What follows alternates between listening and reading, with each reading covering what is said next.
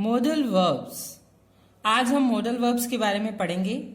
Model verbs are part of auxiliary verbs which can't be used on their own. Modal verbs auxiliary verbs का हिस्सा हैं जिनका प्रयोग स्वतः नहीं किया जाता।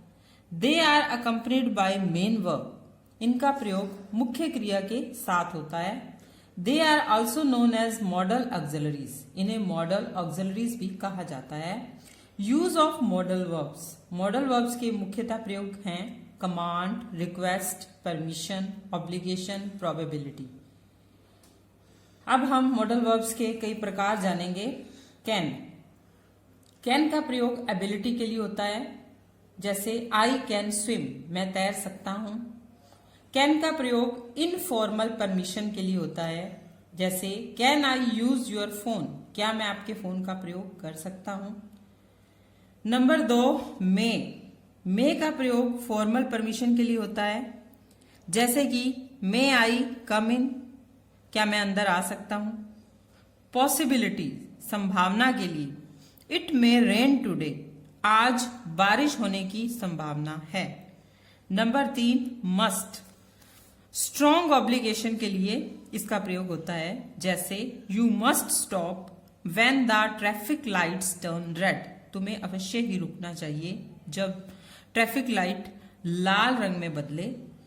सर्टेनिटी, निश्चितता को बताने के लिए, he must be very tired, वो अवश्य ही थका होगा। He has been working all day long, कि वो पूरा दिन काम करता रहा है। नेक्स्ट मॉडल वर्ब है शुड। शुड का प्रयोग चाहिए के अर्थ में किया जाता है, सलाह देने के लिए, एडवाइस देने के लिए किया जाता है, जैसे कि you should help the poor, तुम्हें गरीबों की सहायता करनी चाहिए। अब हम अगली मॉडल वर्ब कुड पर आते हैं। कुड का प्रयोग पास्ट एबिलिटी, भूतकालीन योग्यता को दर्शाने के लिए किया जाता है। आई कुड स्विम, मैं तैर सकता था। When I was young, जब मैं युवा था।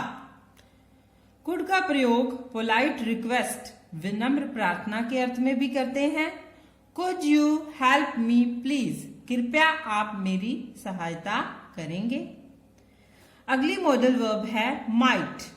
माइट रिमोट पॉसिबिलिटी के अर्थ में प्रयोग होता है। रिमोट पॉसिबिलिटी का अर्थ है क्षीण संभावना, जहां किसी काम को होने की संभावना बहुत कम पाई जाती है, वहां इस मॉडल वर्ब का प्रयोग किया जाता है, जैसे कि इट माइट रेन टुडे, आज बारिश होने की संभावना बहुत कम है।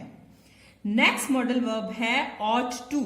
ऑट टू का प्रयोग मोरल रिस्पॉन्सिबिलिटी अर्थात नैतिक जिम्मेवारी, जो हमारा कर्तव्य बनता है उसको बताने के लिए, नैतिक कर्तव्य को बताने के लिए इसका प्रयोग करते हैं। You ought to obey your parents, तुम्हें अपने माता पिता की आज्ञा का पालन करना चाहिए।